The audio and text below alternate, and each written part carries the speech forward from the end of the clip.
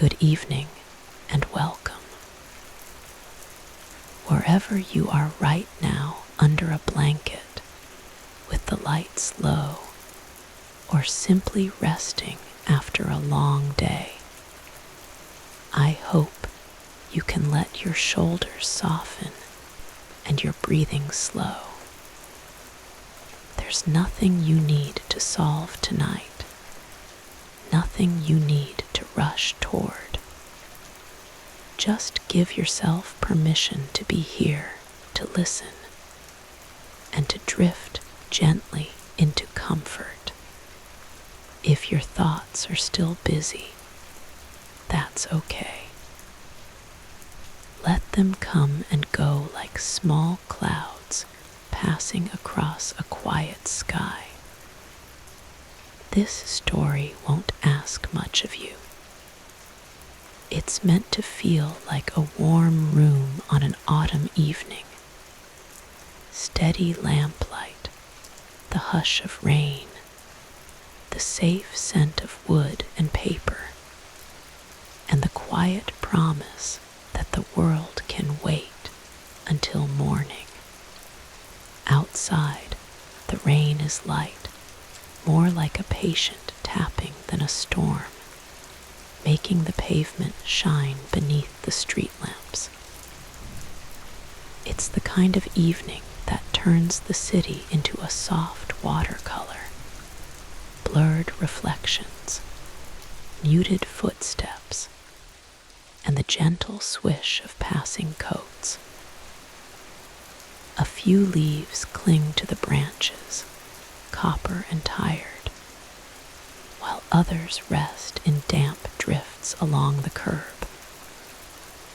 The air smells clean in that particular way autumn air does when rain has rinsed it, cool, faintly mineral, and edged with distant chimney smoke.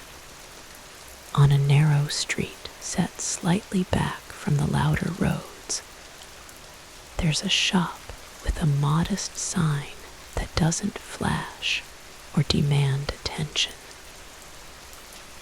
The lettering is old-fashioned, painted by hand long ago, and it reads MAPS and GLOBES.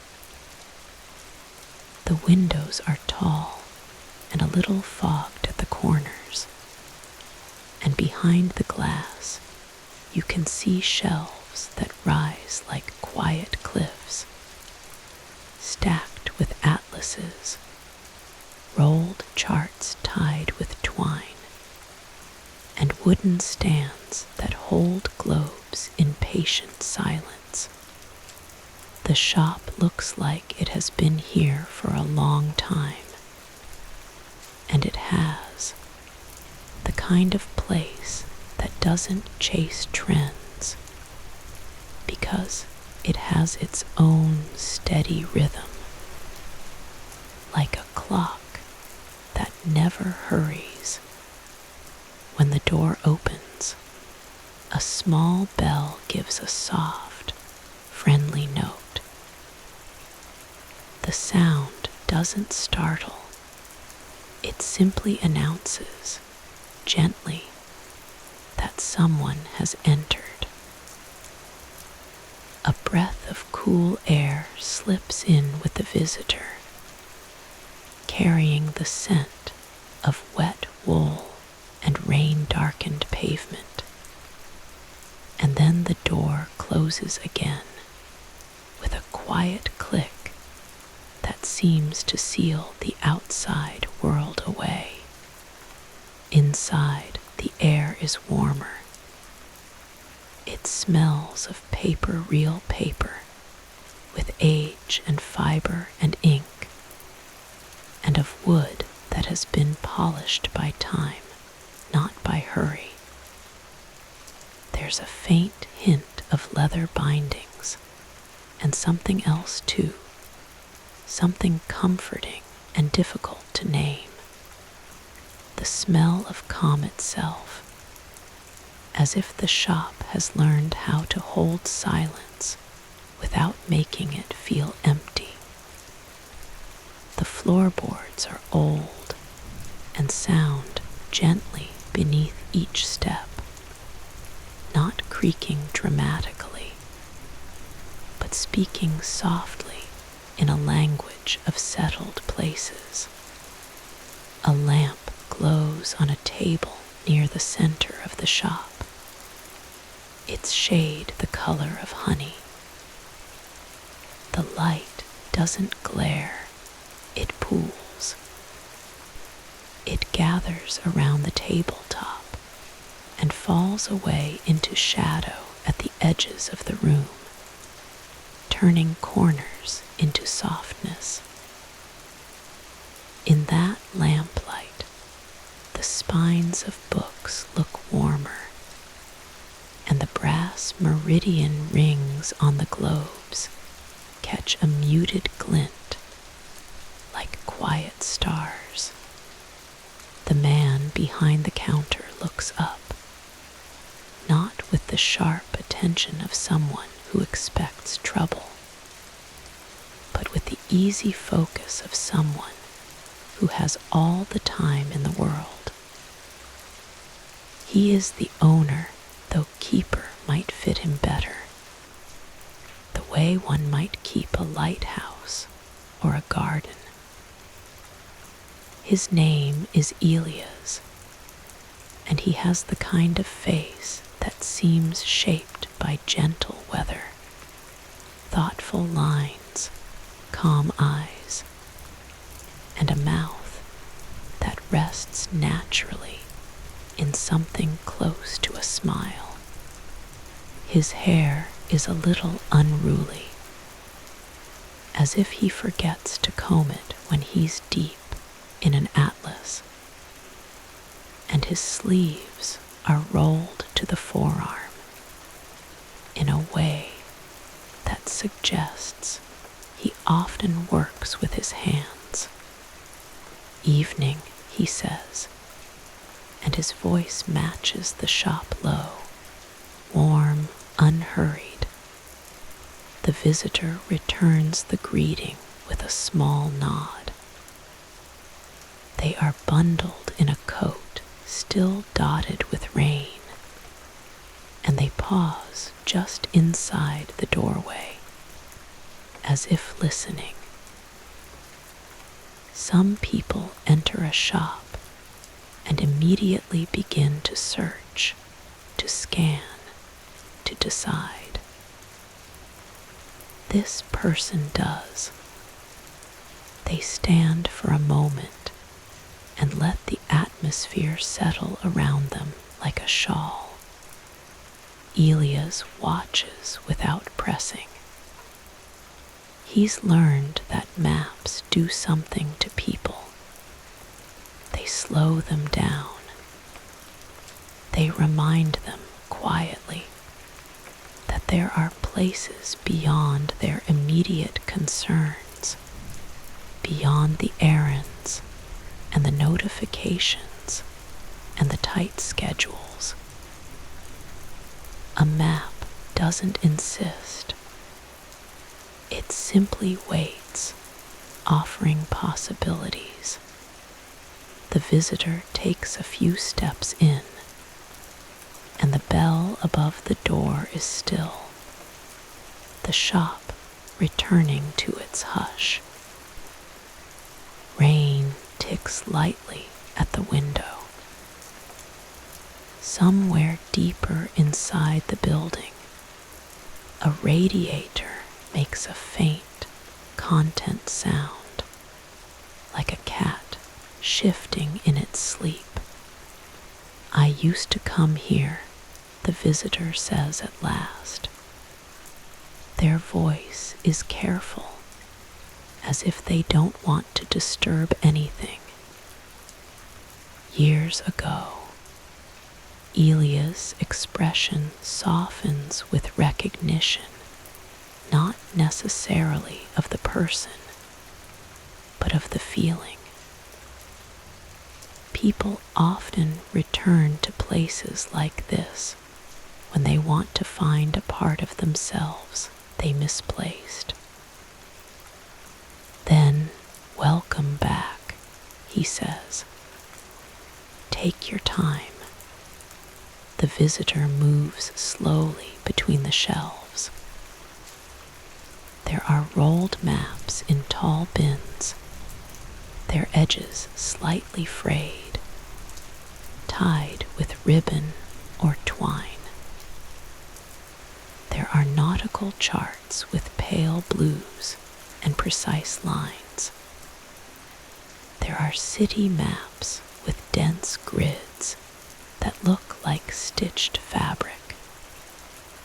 Some maps are modern and crisp, their colors clean and bright.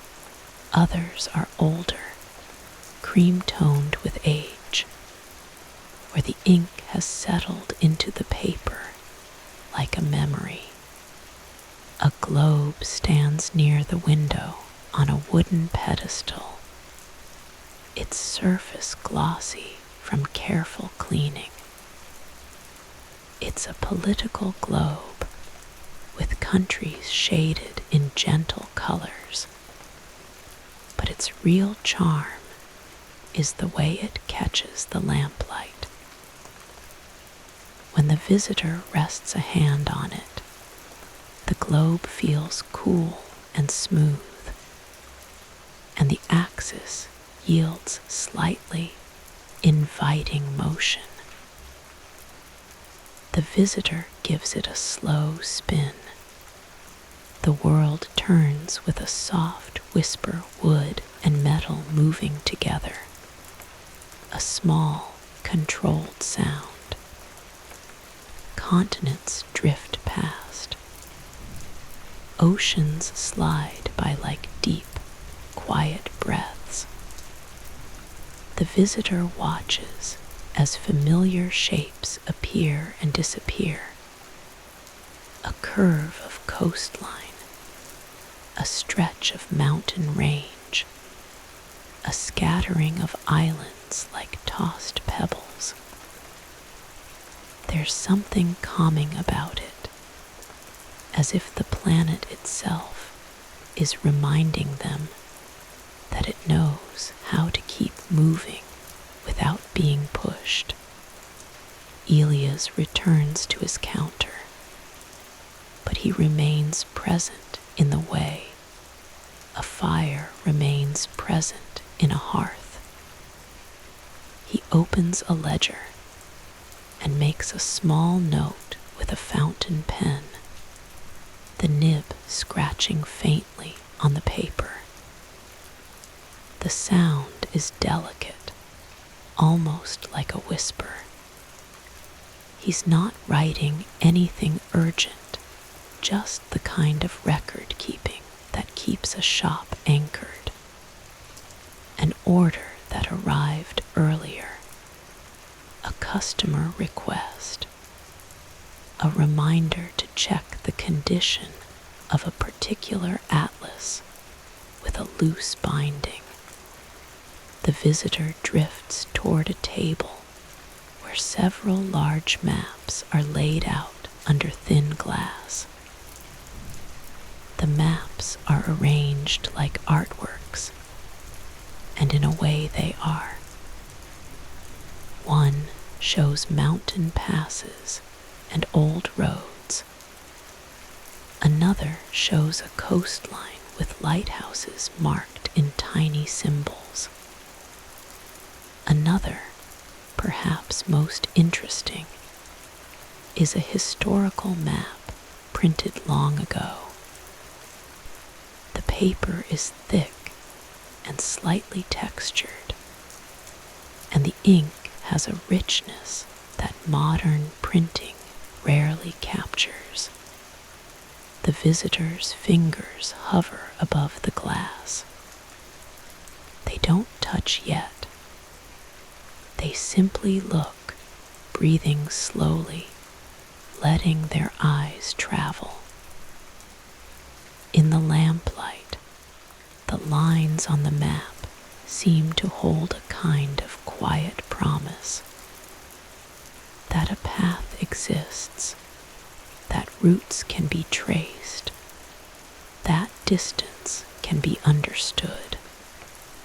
Elias notices the way the visitor's attention lingers on the older map. After a moment, he steps out from behind the counter and comes closer, his footsteps soft on the wooden floor. That one, he says gently, is from a small printing house that no longer exists. The paper is stronger than it looks. If you'd like, you can hold it. The visitor looks up, surprised, and something in their expression loosens relief, perhaps, at being invited rather than watched. May I? Elias nods. Of course. He unlatches the glass cover carefully, lifting it with both hands so it doesn't scrape. The sound is a small clink of metal against metal, quiet and precise. Then he slides the map out, supporting it beneath with his palms as if it were delicate cloth. When he sets it on the table, the paper makes a gentle, satisfying sound, an almost inaudible settling, like a page finding its place in a book. The visitor reaches out. Their fingertips touch the edge first, testing the texture.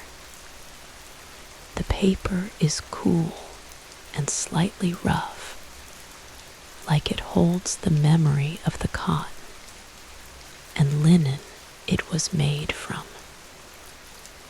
They begin to unfold it further, and the map responds with a soft swoosh, paper moving against paper, a sound that belongs to libraries and archives and quiet evenings.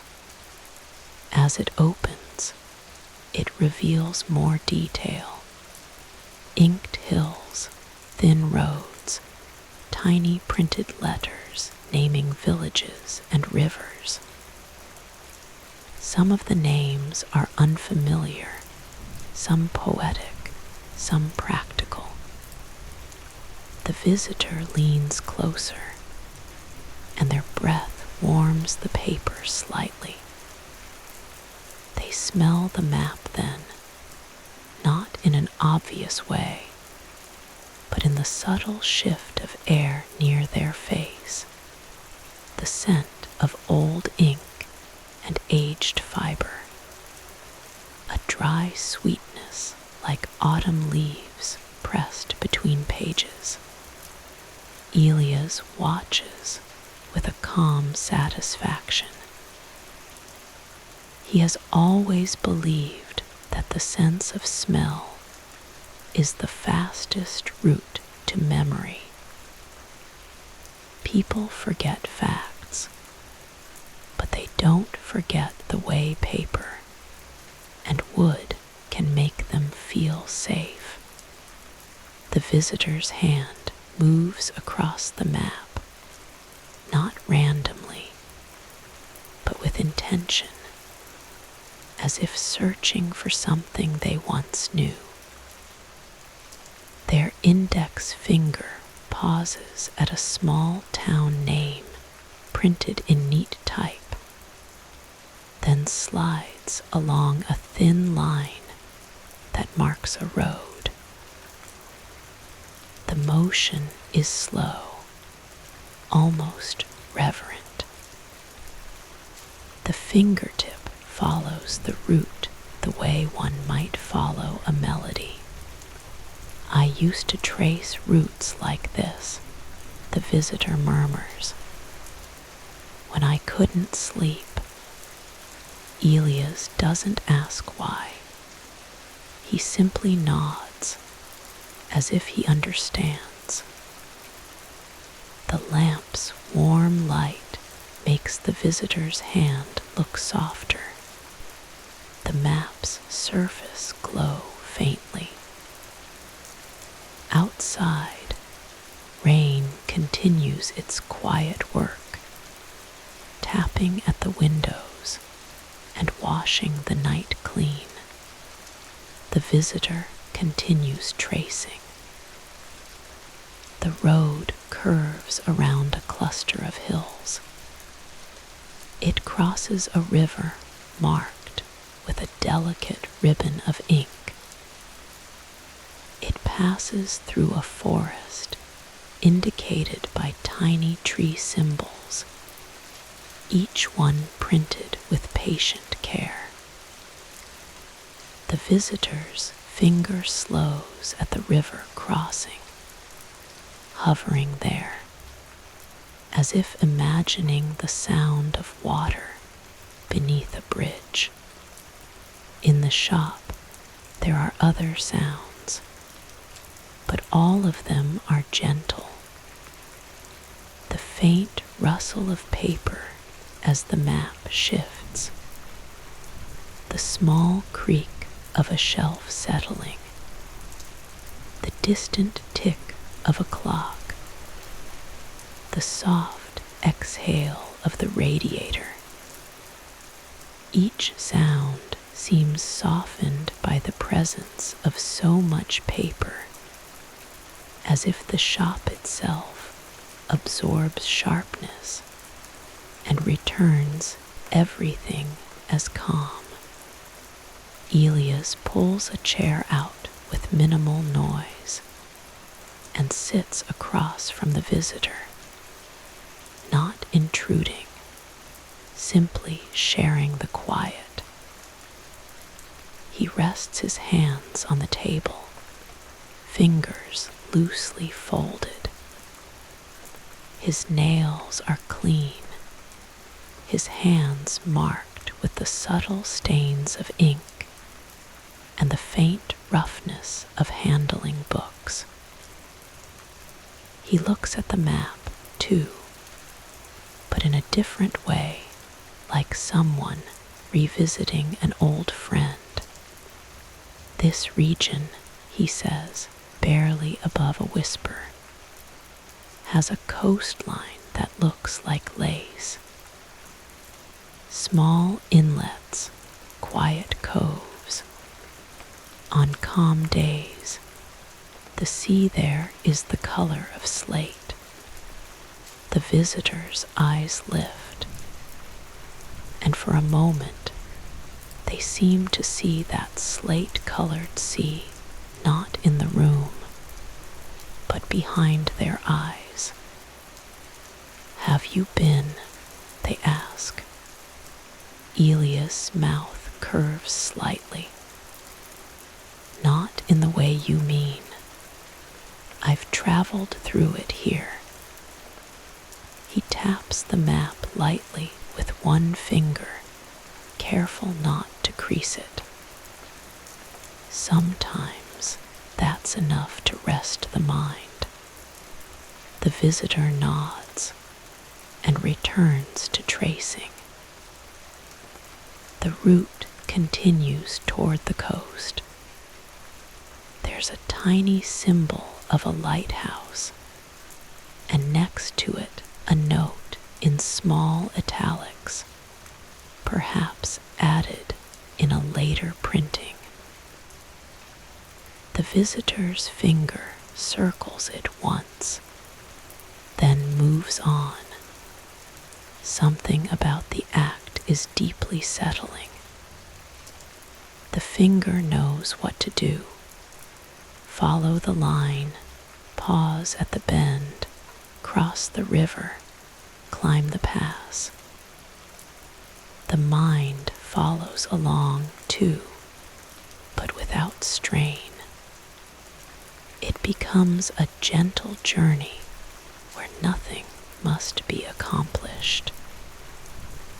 No tickets need to be booked.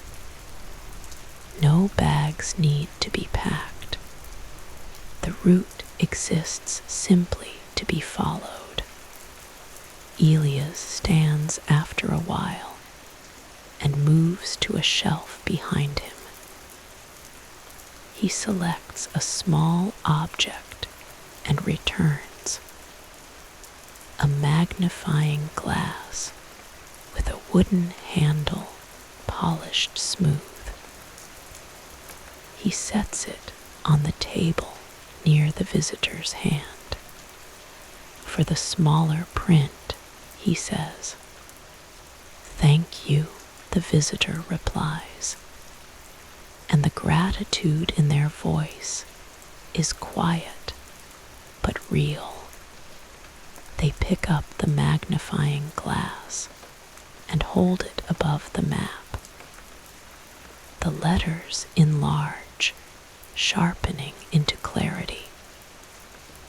The visitor reads a village name, then another, tasting the syllables in their mind like unfamiliar sweets.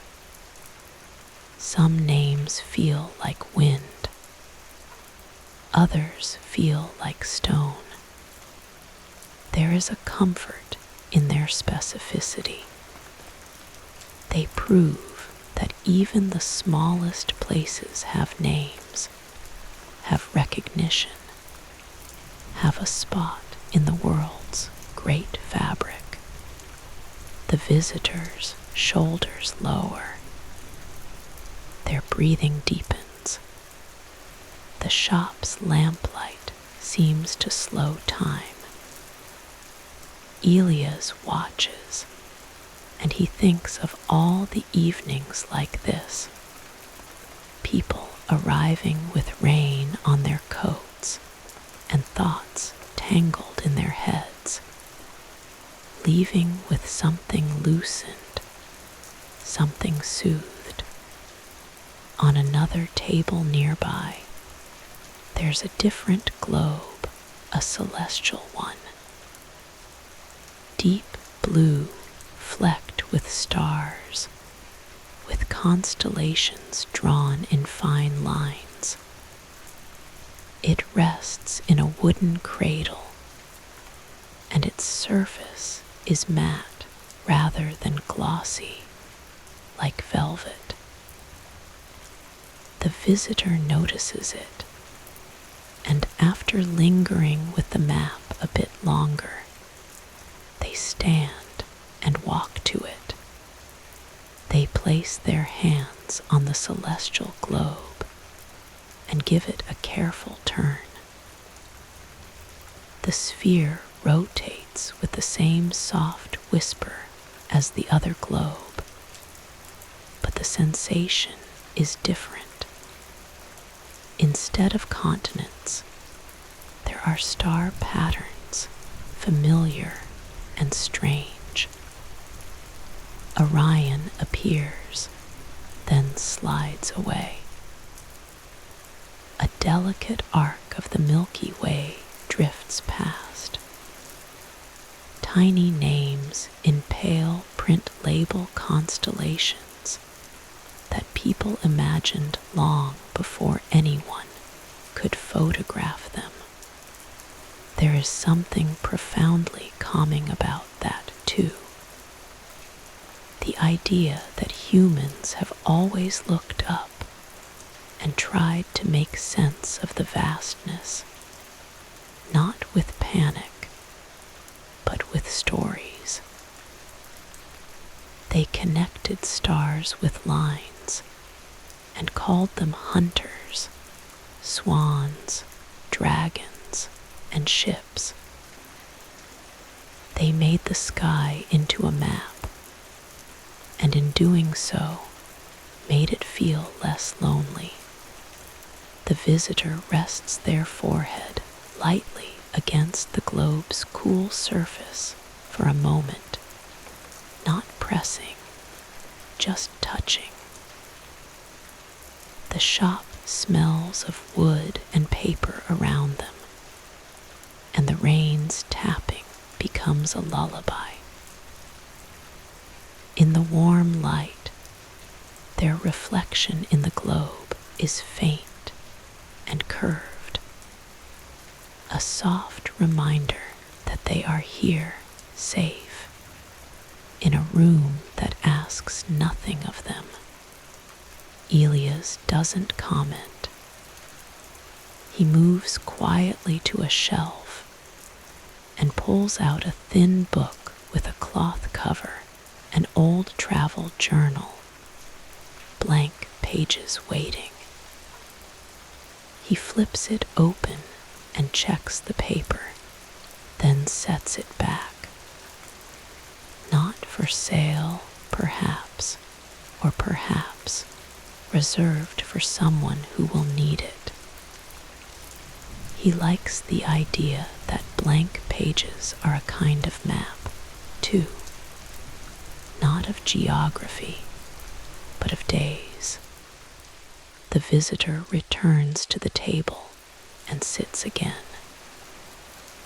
The old map still lies open, patient.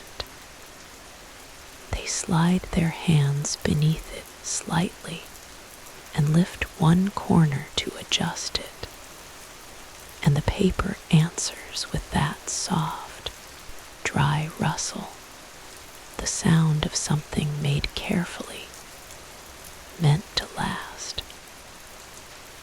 The visitor's fingers return to the route they were tracing earlier, but now they drift off the line, exploring small side roads, tiny hamlets, unnamed hills. What made you open this shop? The visitor asks suddenly, but softly, as if the question itself has to speak in the shop's language. Elias thinks for a moment, his gaze settling on the map. I didn't open it, he says. Not exactly. It was here before me. I took it over when the previous owner, Marta, decided she wanted to live by the sea. The visitor smiles faintly. Did she? She did, Elias says, and there's warmth in his voice. She wrote me postcards at first. The ink would smear a little from the salt air, and she'd apologize for it, as if that made them less beautiful. The visitor looks down at the map, imagining postcards with smeared ink, the sea's wind pushing against paper. And you wanted to stay. I wanted a place where time moved differently, Elias answers. A place that didn't demand constant speed. Maps invite slowness. They require looking. He reaches across the table not to touch the visitor, but to point, stopping just short of the paper. See these contour lines, he asks. Their patience made visible. Someone measured, recorded, drew, printed. Someone cared enough to be exact. I find that comforting. The visitor follows his gesture with their eyes. The contour lines curve around a hill like rings in a tree trunk. They show rise and fall, effort and shelter. Comforting, the visitor echoes, As if testing the word, Elias nods. When I was younger, I thought traveling meant moving fast, seeing as much as possible, collecting places like stamps. Now, I think traveling can also mean sitting still and letting a place unfold slowly, even if that place is a sheet of paper. The visitor's finger returns to the map and traces a mountain pass. They imagine the air thinner there, the sky bigger, the path narrow but clear. The image arrives without strain, like a dream forming naturally. Outside, the rain eases for a moment, then resumes steady, light, as if it has decided it can take all night if it wants. A car passes, its tires hissing on wet road. The sound is distant, softened by the walls and the shelves packed with paper. Elias stands and moves toward a small kettle in the back, placed on a side table. He doesn't ask. He simply begins to prepare tea with the quiet competence of someone who knows what evenings like this require. Water pours with a gentle glug. A lid clicks softly. The kettle hums faintly as it warms, a low sound that merges with the shop's calm. While he does that, the visitor remains at the table, eyes traveling. Their hand moves across the map again, but now it's less about searching for something lost and more about wandering. They follow a dotted line that might represent a footpath. They pause at a symbol that looks like ruins. They imagine stones covered in moss, rainwater pooling in old foundations, the smell of wet earth. They pick up the magnifying glass again and peer closer at the tiny notes. In the margin, there is faint handwriting, perhaps a previous owner's annotation. It's not printed, it's personal. The visitor can't read it clearly at first, but they tilt the paper slightly so the lamplight catches the indentations. The pencil marks emerge, a date, a few words, a small arrow. The visitor's chest tightens briefly, not with sadness, but with the sudden intimacy of realizing that someone else once sat with this map, their hand making these marks, their mind traveling. The visitor's own life feels connected for a moment to that unknown person, like two travelers who never met but walked the same road years apart. Elias returns with 2 cups on a small tray. The cups are simple ceramic, off-white with tiny speckles, warm to the touch. He sets one near the visitor and the other near his own place. The tea smells faintly of chamomile and something citrusy, gentle and comforting. "Thank you," the visitor says again.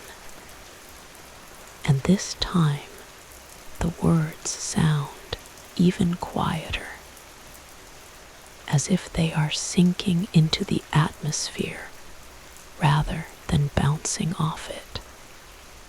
Elias sits. He wraps his hands around his cup, but doesn't drink yet. He likes the warmth against his palms. He likes the way steam rises and disappears, like a miniature weather system. The visitor takes a careful sip. The tea is warm, not too hot, and it spreads comfort through their chest. Their eyelids lower slightly, not from tiredness alone, but from the body recognizing safety. They set the cup down and return to the map. Their finger finds a coastline, the ink line wavering slightly as if drawn by a human hand rather than a machine. They follow it, slow as a tide. In their mind, they hear waves, but softened night waves, not the crashing ones of daytime drama. They imagine a small harbor with boats rocking gently, ropes creaking. They imagine lanterns in windows. Elias watches their face in the lamplight and sees the subtle change. The way the visitor's brow smooths, the way their mouth relaxes. He knows this look.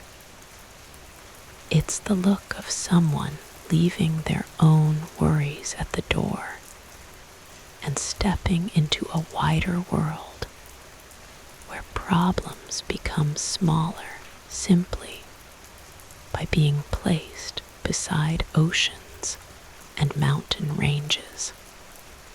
"You can take it out of the case again," Elias says after a while, gesturing toward a drawer beneath the table. "There are cotton gloves in there, if you prefer.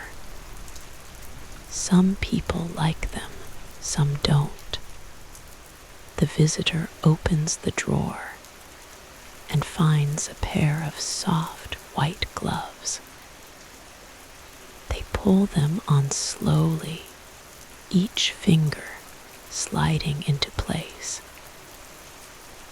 The gloves make their hands feel slightly clumsier, but also more deliberate. They lift the map gently, and the paper makes that familiar rustle, shhhrr, like a whisper of old stories. With the gloves, the visitor feels as if they are handling something sacred, not in a dramatic way, but in a quiet one. They turn the map slightly, aligning it with the edge of the table. They smooth a crease with the side of their hand, careful and slow. As they do, the lamp's warm light highlights the paper's texture, tiny fibers, faint speckles, the subtle unevenness that comes from age. It looks alive, in a way modern glossy paper doesn't. It seems to breathe. The visitor begins tracing again, but now the route is different. They start inland, where the map shows a wide plain. Their finger follows a river upstream, past towns that grow smaller on the page as the river narrows. The river line bends toward mountains. The visitor imagines traveling beside it, the sound of water changing as stones appear, the air sharpening as altitude rises. They pause at a place where the river splits into two. Their finger rests there, and their breathing slows. Choices on a map feel gentle. In real life, choices can feel like doors that slam or lock. On a map, they're simply lines. You can follow one and then return and follow the other. Nothing punishes you for curiosity. Elias takes a sip of tea, then sets the cup down with a soft ceramic click. The sound is small and satisfying. Do you ever think, he asks quietly, that maps are a kind of permission? The visitor looks up. Permission. To imagine, Elias says. To desire without demanding. To want a place without needing to go there right now. To let your mind take a walk. The visitor's eyes soften. Yes, they say. That's exactly it. They look back down at the map, and their finger resumes its slow travel. The lamplight holds steady. The rain keeps its gentle rhythm. The shop feels like a small island of warmth in a wet world. At some point, Elias rises and moves to a shelf where a set of drawers holds old charts. He opens one carefully. The drawer slides out with a smooth wooden sound, like a quiet sigh. Inside are rolled maps tied with faded ribbons. He selects one and brings it to the table. This is a maritime chart, he says softly, untying the ribbon with practiced fingers.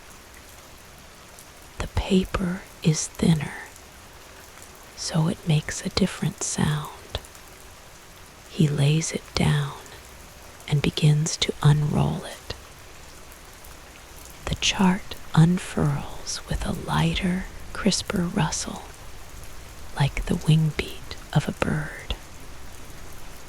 On it, the sea is marked with depth numbers and contour lines beneath water, and the coastline is detailed with careful precision. There are notes about rocks, shoals, currents.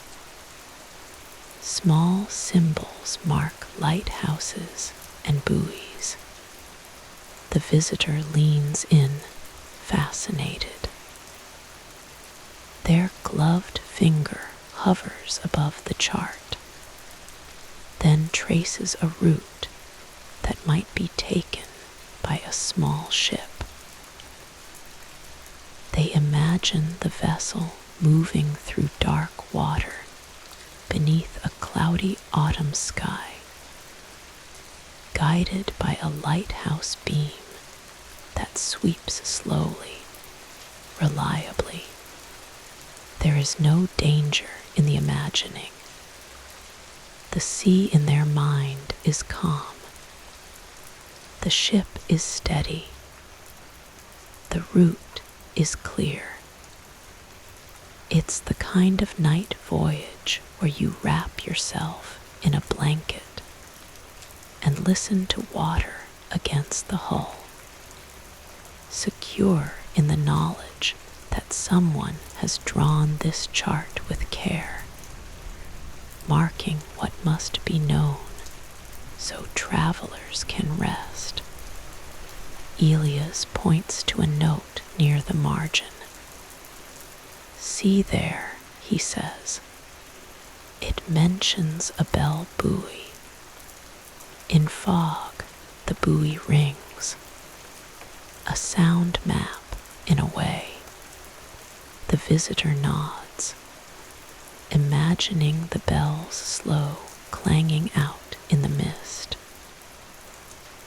They realize their own thoughts are becoming quieter, less sharp. The day is slipping away behind them, like a shoreline receding as a ship moves out. They set the chart beside the old land map, and for a while they simply look between them. Land and sea, roads and currents, hills and depths.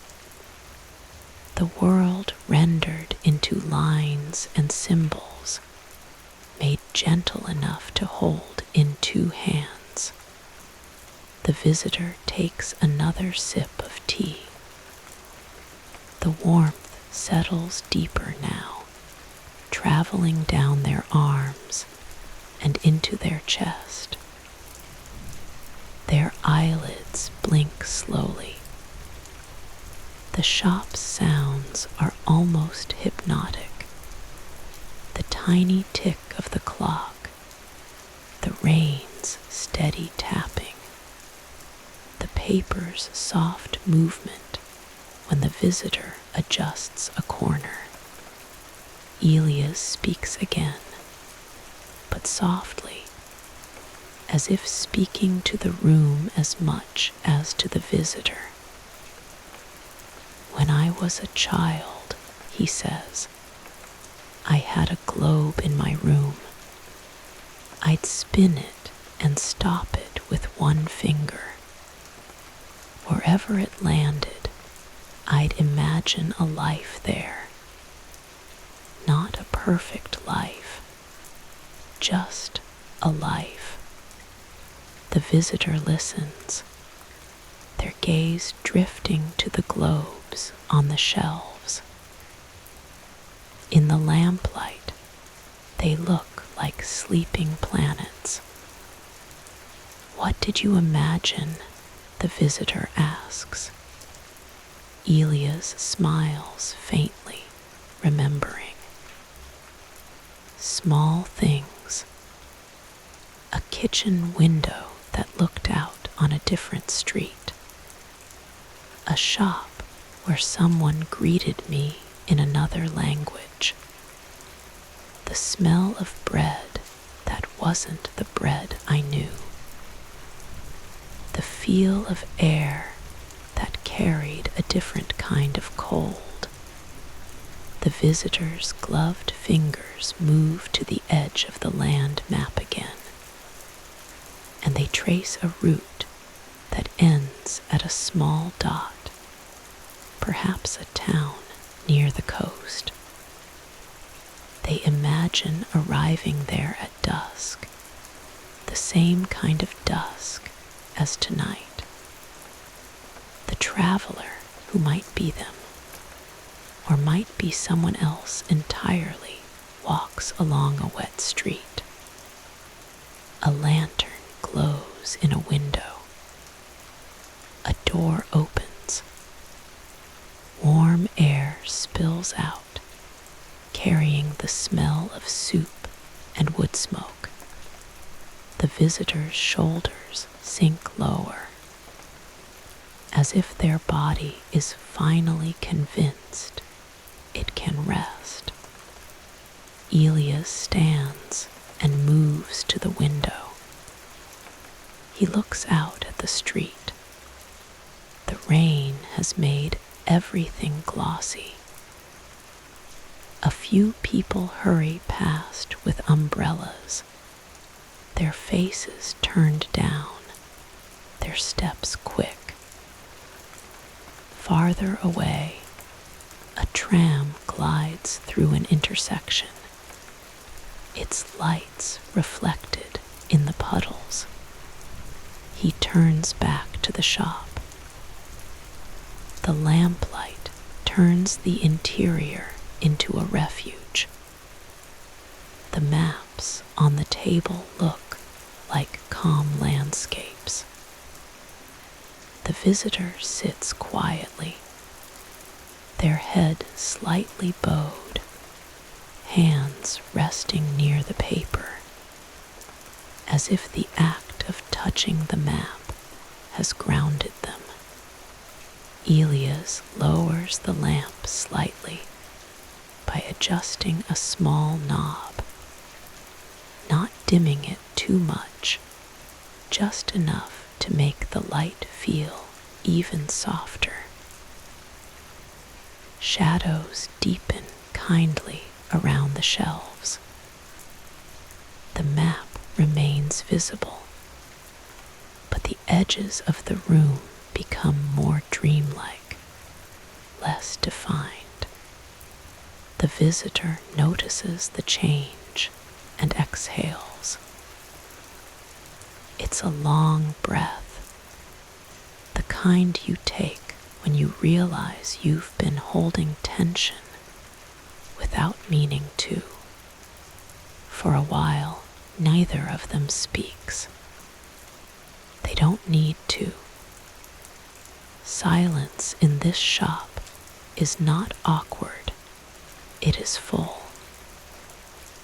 It holds the memory of countless routes imagined, countless journeys traced by fingertips, countless evenings when people came in from rain and found warmth in ink and paper.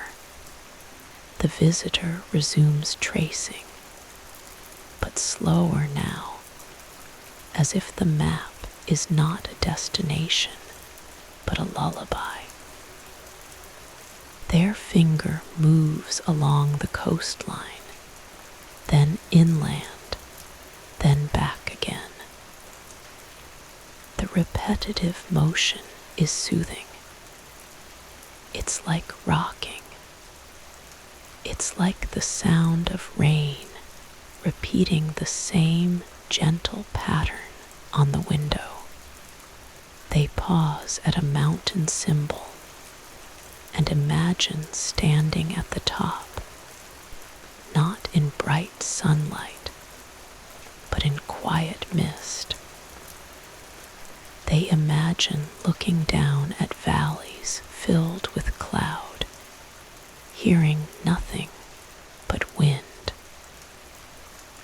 The image is calm, not lonely. The visitor feels in their mind the steady presence of the earth beneath their feet. Elias returns to his seat and flips open the ledger again. But he doesn't write. He simply rests his hand on the page. His thoughts drift, too, following the visitor's quiet energy. He thinks of Marta by the sea, of her smeared ink postcards. He thinks of the shop's first day, long before him, when someone arranged maps in neat stacks. and decided to make a place where the world could be held gently. The visitor's hand stops moving. They rest their gloved palm lightly on the map, feeling the faint texture through the cloth. Their eyes remain open, but their gaze is unfocused now, as if they are looking at the map and through it at the same time. "I forgot," the visitor whispers, almost to themselves. "How calming this is." Elias nods. "It's still here," he says. "It doesn't go away. You just have to remember where to find it." The visitor's lips curve into a small, tired smile. They close their eyes for a moment, then open them again slowly. They lift the magnifying glass and set it down neatly. They fold one corner of the maritime chart back, just a little, listening to the paper's crisp whisper. The rain outside grows even softer, as if it, too, is getting sleepy. The street lamps glow steadily. Somewhere far away, a door closes, and the sound is muted by distance and damp air. Elias stands and begins to tidy, not because he wants the visitor to leave, but because he respects the ritual of care. He gently rolls the maritime chart back up, smoothing it as he goes. The paper makes a series of soft, controlled sounds, SHH, SHH, SHH, as it wraps into itself. He ties it with ribbon again, making a simple bow. The visitor watches with quiet appreciation. There is something soothing about watching someone do a familiar task without rush, hands sure and calm. It reminds them that the world can be handled gently. When Elias turns back, the visitor has begun folding the old land map. They do it slowly, matching creases to creases, letting the paper guide them. The map rustles with each fold, and the sound is like turning pages in a very old book, careful, respectful. As the map becomes smaller, the visitor feels as if they are closing a door, not on the world, but on a room of imagined travel that they can return to whenever they need. They press the folded map lightly with both hands to flatten it, then lift it and hold it for a moment, feeling its weight. Elias offers a thin sheet of protective paper, acid-free, smooth, clean. The visitor slips the folded map inside. The protective paper makes a soft sliding sound, like a whisper against skin. "You can keep it here," Elias says, "if you like. I can store it for you. Some people have a map they return to, the way others return to a favorite chair. The visitor considers. The idea feels comforting, like leaving something safe in a safe place. Would that be all right? They ask. It would, Elias says, and he means it. He takes the wrapped map and writes a small label, the pen scratching quietly. A name, a date. He places it in a drawer with other saved things. A rolled chart reserved for a sailor who comes in every winter. A city map marked with cafe circles for a student planning a future trip. A battered atlas awaiting repair. The drawer closes with a gentle wooden thump, like the ending of a sentence. The visitor removes the gloves and places them neatly back in the drawer. Their hands feel warm now, relaxed. They pick up their teacup and finish the last sip. The tea is lukewarm, but still soothing. Elias walks with them toward the door. The shop seems slightly dimmer now, not because the light has changed much, but because the visitor's mind has softened into evening. The shelves of maps and globes stand quietly, like guardians of possibility. At the door, the visitor pauses and looks back once more. The lamplight glows on the table. The globes gleam softly. The whole shop feels like a pocket of the world where travel is slow and gentle, where you can hold an ocean on paper and not feel overwhelmed by its size. Thank you, the visitor says, and the words carry more than politeness. They carry relief. Elias inclines his head. Come by whenever you need a quiet journey, he says, even if it's only a few inches at a time. The visitor opens the door.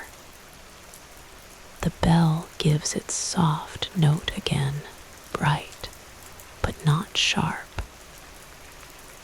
Cool air and the scent of rain enter briefly.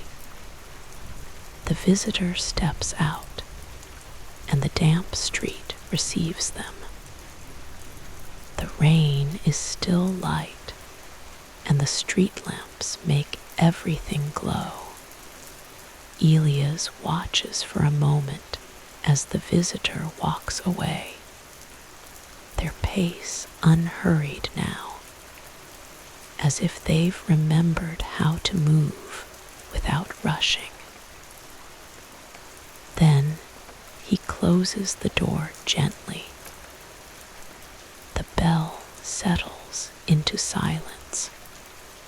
He returns to the center of the shop and stands near the table, hands resting lightly on the wood.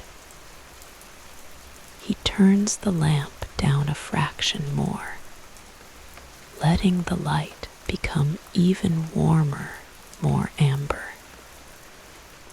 The shadows deepen in a way that feels safe. The shop hums with stillness. Elias walks to a globe near the window, an old one, with slightly faded colors and tiny scuffs that make it feel loved rather than damaged. He places his fingertips on it and gives it a slow spin, not out of restlessness, but out of affection. The globe turns with its soft whisper. The world slides by in calm rotation. He stops it gently with one finger, letting it come to rest without a jolt. His finger lands on a stretch of ocean. He looks at it and imagines a ship moving steadily through night, guided by a chart, guided by stars, guided by the simple human habit of drawing lines through uncertainty. Outside, rain continues to fall in fine threads. Inside, the smell of paper and wood remains steady, warm, reassuring. Elias turns off a few overhead lights, leaving only the lamp's honey glow. The shop becomes even quieter, the kind of quiet that feels like a blanket. He locks the door, checks the latch with a careful hand, and sets the key in its place.